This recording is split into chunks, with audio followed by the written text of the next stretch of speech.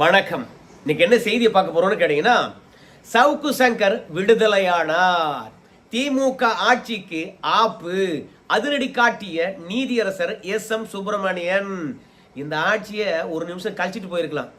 எனக்கு தெரிந்து எந்த நீதியரசரும் ஆளுகின்ற அரசாங்கத்தை பார்த்து இந்த மாதிரி வெளிப்படையாக அடுக்கடுக்கான கேள்வியை கேட்டதே கிடையாது. நீதியரசர் கேட்ட கேள்விக்கு காவல்துறை இடத்திலும் பதில் இல்ல, தமிழக அரசாங்கத்திடத்திலும் பதில் அல்ல.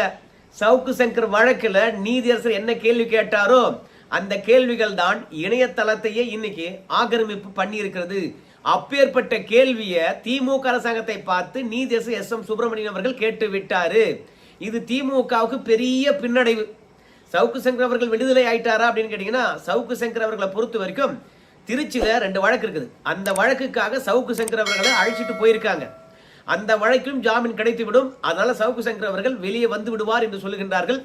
ஆனா சவுக்கு சங்கரை இப்ப ஏன் கைது பண்ணாங்க, அந்த வழக்கினுடைய பின்னணி என்ன என்பதை பற்றியெல்லாம் சுருக்கமா சொல்றேன். நீதியரசர் கேட்ட கேள்விகளையும் சொல்றேன். மறக்காம நம்ம சேனலை நீங்க சப்ஸ்கிரைப் பண்ணிக்கங்க. வாங்க இப்ப செய்திக்கு போகலாம். சவுக்கு சங்கர் அவர்களை பொறுத்த வரைக்கும் வீடியோ வெளியிட்டாரு. அந்த வீடியோ அடிப்படையில் 2 பேரை மிரட்டி காசு பறிச்சார் என்பதுதான் புகார். 11ஆம் தேதி புகார் அளிக்கிறாங்க. 13ஆம் தேதி காலையிலே போய் சவுக்கு சங்கர் வீட்டில் காவல்துறையினர் கதவை தட்டுறாங்க. சவுக்கு சங்கர் அவர்களை பொறுத்த வரைக்கும் கதவை திறக்க மாட்டேன், எங்க வழக்கறிஞர் வரட்டும் அப்படின்னு சொல்றாரு. வழக்கறிஞர் வருகின்றாரு, காவல்துறை சம்மன் தருகின்றார்கள். அப்பவும் சவுக்கு சங்கர் அவர்களை பொறுத்த வரைக்கும் கதவை திறக்கல. காவல்துறை கெஞ்சி பார்த்தாங்க, பிறகு மிஞ்சத்தானே வேண்டும், அப்புறம் மிஞ்சிட்டாங்க. அப்புறம் தீயணைப்புத்துறையினர் வர வச்சாங்க, கதவை உடைச்சாங்க, சவுக்கு சங்கரை கைது பண்ணாங்க. 2வது அவருடைய அறையில் இருந்த மின்னணு கருவிகள்லாம் எடுத்துகிட்டு போனாங்க. அப்புறம் அங்கே இருக்கக்கூடிய ஹார்ட் டிஸ்க்கு, லேப்டாப்பு இவற்றையெல்லாம் எடுத்துகிட்டு போனாங்க. சவுக்கு சங்கர் கிட்ட பார்த்தீங்கன்னா எங்கெங்க உங்களுடைய செல்போனுன்னு கேட்டாங்க. சவுக்கு சங்கரை பொறுத்த வரைக்கும் செல்போன் எங்கே இருக்குன்ற விஷயத்த சொல்லவே இல்லை. அவங்க தாயார் இடத்துல போய் பெண் காவலர் பார்த்தீங்கன்னா உடையெல்லாம் களைந்து விட்டு செல்போன் வச்சிருக்காங்களா என்ற விஷயத்தை கேட்டிருக்காங்க, சோதனைட்டு இருக்காங்க. ஸோ காவல்துறையினரை பொறுத்த வரைக்கும் அவர் வீட்டில் என்னவெல்லாம் இருந்தோ அதெல்லாம் எடுத்துகிட்டு போயிருக்காங்க. சவுக்கு சங்கர் அவர்களுடைய மருத்துவ அறிக்கைகளும் கொண்டு போயிருக்கிறாங்க. அதனால ஒட்டுமொத்த ஆவணங்களையும் அள்ளனாங்க. சவுக்கு சங்கரை கைது பண்ணாங்க, புயல் சிறையில் அடைச்சாங்க. சைதாப்பேட்டை கோர்ட்டில் இந்த வழக்கானது விசாரணை நடந்து கொண்டு இருக்கிறது. சைதாப்பேட்டை கோர்ட்டில் பார்த்தீங்கன்னா ஜாமீன் மனுவானது இன்னும் விசாரணைக்கு வரல. ஆனால் சவுக்கு சங்கர் அவர்களை பொறுத்த வரைக்கும் நேரடியாக உயர்நீதிமன்றம் நாடுகின்றார். எதற்காக உயர்நீதிமன்றம் போறாரு அப்படின்னு பார்க்கும்போது அவருக்கு ஆற்றில் 2 டென்ட் வச்சிருக்காங்களாம். அதனால உடல் பரிசோதனை செய்யணுமா, நாளுக்கு நாள் உடல் மோசம் அடைகின்றதாம். அதுவும் இல்லாமல் திமுக அரசாங்கமானது சவுக்கு சங்கர் அவர்களுக்கு உளவியல் ரீதியாக அழுத்தம் கொடுக்கின்றார்களாம். என்ன அழுத்தம் அப்படின்றத நான் உங்களுக்கு போக போக நான் சொல்றேன். இப்படி நாளுக்கு நாள் உடல் கெட்டு போனதுனால மருத்துவ பரிசோதனை செய்யணும், மருத்துவம் எடுத்துக்கணும் அப்படின்றதுனால உயர் நீதிமன்றத்தில் போய் ஒரு இடைக்கால ஜாமீனை கேட்கிறார். ஐயா, ஒரு 3 மாசம் கொடுத்தா கூட போதும், நான் போய் உடல்நிலையை சரி பண்ணி உள்ள வந்துடுவேன். ஏன்னா சைதாப்பேட்டை கோர்ட்டில் என்னுடைய ஜாமீன் மனு அது இன்னும் வரல, எப்போ விசாரணைக்கு வரணும்னு தெரியல, உடல்நிலை மோசமாகுது அப்படின்னு சொல்லிட்டு மனு போடுறாரு. அந்த வழக்கை தான் எஸ்.எம். சுப்பிரமணியம் அவர்கள் பார்த்தீங்கன்னா எடுத்து விசாரிக்கின்றார். அப்படி விசாரிக்கின்ற பொழுதுதான் எஸ்.எம். சுப்பிரமணியம் அவர்கள் ஒரு கேள்வியை கேட்கின்றார். மற்ற வழக்குகளில் இவ்வளோ அவசரமானது காவல்துறை காட்டவே இல்லையே, ஏன் சவுக்கு சங்கர் வழக்கில் மட்டும் ஒரு தனி மனிதனை கைது செய்வதற்காக ஒட்டுமொத்த அரசு எந்திரமும் அவர் வீட்டுக்கு முன்பாக ஏன் போய் நிற்கணும்? அந்த அரசு எந்திரங்களுக்கு செலவழிக்கக்கூடிய காசு யாருடைய காசு? இந்த வேகம் அந்த மனிதனை கைது செய்வதற்கு நீங்க ஏன் காட்டுறீங்க? 1க்கு 3 முறை இடி இந்த அமைச்சர் கே.என். நேரு மீது நடவடிக்கை எடுக்க வேண்டும் என்று ஆதாரங்களை கொடுத்திருக்கிறது காவல்துறை இடத்துல. இடி கொடுத்த ஆதாரத்தின் அடிப்படையில் குற்றவாளிகள் மீது எஃப்ஐஆர் போட்டீங்களா? நீங்க கைது பண்ணீங்களான்னு நான் கேட்கவே இல்லை. எஃப்ஐஆர் போட்டீங்களா? அமலாக்கத்துறை தந்த ஆதாரத்தின் அடிப்படையில், அந்த புகாரின் அடிப்படையில் என்ன நடவடிக்கை இது வரைக்கும் எடுத்திருக்கீங்க? இடி விஷயத்தில் காவல்துறை மெத்தனம் காட்டுகின்ற போது சவுக்கு சங்கர் விஷயத்தில் மட்டும் ஏன் இவ்வளவு அவசரம்? அவர் என்ன கொலை செய்தாரா சொல்லுங்க அப்படின்னு கேட்டவர் ஒன்று மட்டும் நிச்சயம், சவுக்கு சங்கர் அவர்களை அடக்கி ஒடுக்கலான்னு பாக்குறீங்க. இது மட்டும் பொய் வழக்கா இருந்தால் யாரையும் சும்மா விட மாட்டேன் அப்படின்னு நீதியரசர் பாத்தீங்கன்னா காவல்துறை மீதும் தமிழக அரசாங்கத்தின் மீதும் கடுமையான விமர்சனம் வச்சிருக்கிறாரு. அது மட்டும் கிடையாது, இந்த சவுக்கு சங்கரை நீங்க ஜாமீன் கூட கொடுங்க, வேணான்னு சொல்லல, ஆனால் வழக்குகளை பற்றி பேச வேணான்னு சொல்லுங்க அப்படின்னு கேட்டாங்க. யோ அவர் பேசுற ஆளியா, அவரை போய் பேச வேணான்னு சொல்ற? வழக்கை பற்றியும் பேசுவாரு, மற்ற விஷயங்களை பற்றியும் பேசுவாரு. அவரை பேச வேணாம்னு சொல்றதுக்கு உங்க ஆட்சியில தப்பே நடக்கலையே என்ன? உங்க ஆட்சியில ஏகப்பட்ட தவறுகள் நடக்கிறது. அப்போ உங்க ஆட்சியில நடக்கக்கூடிய தவறுகளை பேசக்கூடாது என்றாலே நீங்க கைது பண்ணுவீங்க அதானே? இந்த வழக்கை பற்றியும் பேசுவாரு, உங்க ஆட்சியில் நடக்கக்கூடிய தவறுகளை பற்றியும் பேசுவாரு. அவரை பேசக்கூடாது என்று உத்தரவிடுவதற்கு நான் யாரு? கருத்துரிமைக்கு எதிராக நான் இருக்கணுமா அப்படின்னு கேட்டிருக்காரு. திமுகவுக்கு நாக்க பிடிங்கிற மாதிரி கேள்வி கேட்டது என்ன தெரியுமா? இடி வழக்குல நடவடிக்கை என்ன எடுத்தீங்க அப்படின்னு கேட்டிருக்காங்க. ஸோ இடி பிரச்சனையானது விஸ்வரூபம் எடுக்கிறது. எந்த நிலையில நேரு அவர்களை கொண்டு போய் விட போறாங்கன்னு தெரியல. அது மட்டும் கிடையாது, நம்ம சவுக்கு சங்கர் அவர்களை சிறையில் அடைச்சிட்டாங்க. ஆனால் சவுக்கு சங்கருக்கு மட்டும் தனிமையா ஒரு கேமராவை செட் பண்ணி அவரை 24 மணி நேரம் கண்காணித்துக் கொண்டிருக்கின்றார்களாம். சிறை என்பதே ஒரு அறை தான் இருக்கும்.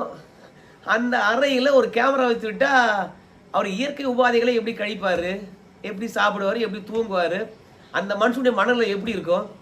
ஸோ நீதியரசர் வந்து பார்த்தீங்கன்னா இந்த விஷயங்களுக்கெல்லாம் செமையான கேள்வியை கேட்டிருக்காரு.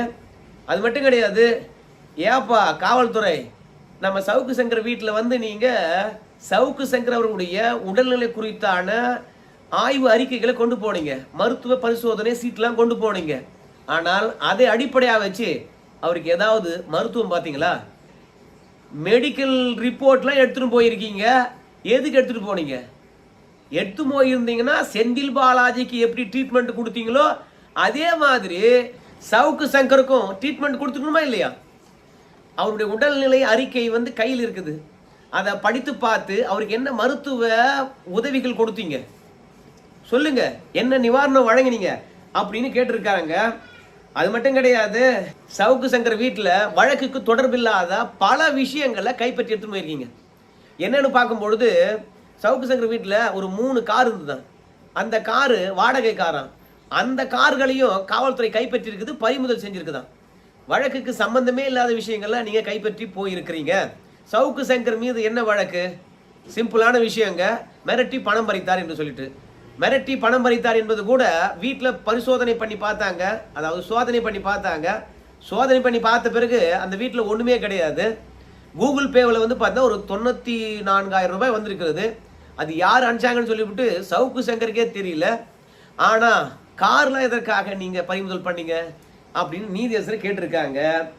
அது மட்டும் கிடையாது, சவுக்கு சங்கர் மீது போட்டிருக்கின்ற வழக்கு எனக்கு தெரிஞ்சு பழி வாங்குகின்ற வழக்காக தான் நல்லா தெரியுது.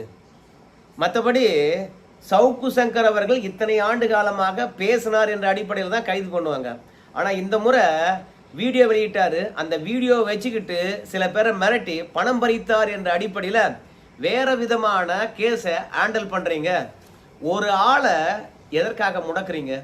ஒரு ஆளை கண்டு ஏன் இந்த அரசாங்கம் பயப்படுகிறது? இது மட்டும் பொய் வழக்காக இருக்கட்டும், அப்புறம் யாரையும் சும்மா விட மாட்டேன் அப்படின்னு சொல்லியிருக்கின்றாரு. அது மட்டும் கிடையாது, நம்ம சவுக்கு சங்கர் அவர்களுக்கு 3 மாதம் மட்டும்தான் ஜாமீன் வழங்கியிருக்கின்றார்கள். அதற்குள்ளாக சைதாப்பேட்டை நீதிமன்றத்தில் வந்து பார்த்தீங்கன்னா ஜாமீன் மனு விசாரணைக்கு வந்துடும். அப்புறம் அவருக்கு நிபந்தனை ஜாமீனா நிபந்தனையற்ற ஜாமீனா என்னன்றதை நம்ம பொறுத்து தான் பார்க்கணும். ஆனால் இப்போ நீதியரசரை பொறுத்த வரைக்கும் மருத்துவ காரணங்கள் அடிப்படையில் நம்ம சவுக்கு சங்கர் அவர்களுக்கு ஜாமீன் வழங்கியிருக்கிறார்கள். அவருக்கும் சில நிபந்தனைகள் விதிக்கப்பட்டிருக்கு சவுக்கு சங்கர் அவர்களுக்கு. எனக்கு தெரிந்து பெருசாக எந்த ஒரு நிபந்தனையும் இல்லை.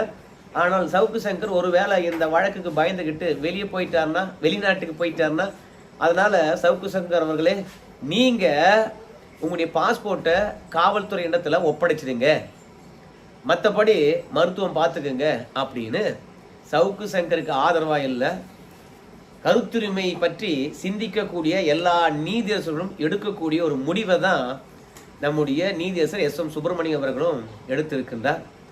ஹைலைட்டான கேள்வி, இடி விஷயத்தில் நடவடிக்கை எடுக்கல.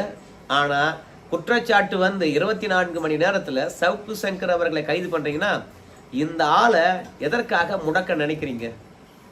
இதில் உள்நோக்கம் இருப்பது போல தெரியுது. பழிவாங்குகின்ற வேலையில் ஈடுபட்டிருக்கீங்க அப்படின்னு சொல்லியிருக்கிறாங்க. சவுக்கு சங்கர் அவர்கள் கஞ்சா வழக்கில் முதலாக கைது பண்ணாங்க. ஆனால் அதனை தொடர்ந்து அவர் மீது ஏகப்பட்ட வழக்குகள் வந்து புனையப்பட்டது. குண்டர் சட்டத்திலையும் போனார். எல்லாவற்றிலும் அவர் ஜாமீன் பெற்றுக்கொண்டு வந்த சவுக்கு சங்கர் அவர்கள் இப்போ மிரட்டி பணம் பறித்தார் என்ற வழக்குல ஜாமீன் கிடைத்திருக்கிறது. திருச்சிக்கு போயிருக்காரு. போறதுக்குள்ள கூட அவர் மீது 2 வழக்கு போட்டு அவர் வெளியே விடாம உள்ளே வச்சிருக்க வாய்ப்பு இருக்கிறது அப்படின்னு சொல்றாங்க. ஆனால் கண்டிப்பாக இந்த முறை ஜாமீன் விட்டு தான் ஆகணும். ஏன்னா கடுமையான விமர்சனங்களை வச்சிருக்காரு நீதியரசர். 2வது மருத்துவ காரணங்களுக்காக ஜாமீன் கொடுத்துருக்காங்க. அதனால இன்னும் புதிய வழக்குகள் போட்டாலும் சரி, இல்ல திருச்சியில போய் 2 வழக்குக்கு ஆஜராகிறாரு இல்லையா, அந்த வழக்கிலும் சரி ஜாமீன் கிடைக்காம போறதுக்கு வாய்ப்பே கிடையாது. மருத்துவ காரணங்கள் அடிப்படையில் 3 மாசம் ஜாமீன் கிடைத்திருப்பதனால எல்லா நீதிமன்றங்களையும் சவுக்கு சங்கர் அவர்களுக்கு பார்த்தீங்கன்னா ஜாமீன் கிடைக்கும், விடுதலை ஆகின்றார் அப்படின்னு சொல்றாங்க. பார்க்கலாம். திமுக அரசாங்கமானது மக்கள் கிட்ட தான் அவமானப்பட்டு நிக்குதுன்னு பார்த்தா இன்னைக்கு நீதிமன்றத்திலையும் செம்ம அடி வாங்குது. ஏற்கனவே விஜய் வழக்கில் பொறுத்த வரைக்கும் எங்க உச்ச நீதிமன்றத்தில் நீதி அரசரையும் பார்த்தீங்கன்னா உச்ச நீதிமன்ற நீதியரசர் கேள்வி கேட்டாங்க. திமுக அரசாங்கத்தையும் செம்ம கேள்வி கேட்டாங்க.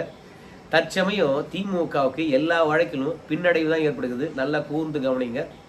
அதனால இனிமே ஆட்சி முடிகின்ற தருணத்துல கொஞ்சம் முதிர்ச்சியா பாத்தீங்கன்னா நடந்துக்கிட்டாங்கன்னு வச்சுங்களேன், நீதிமன்றத்தின் மூலமாக அவமானப்படாம இருக்கலாம்.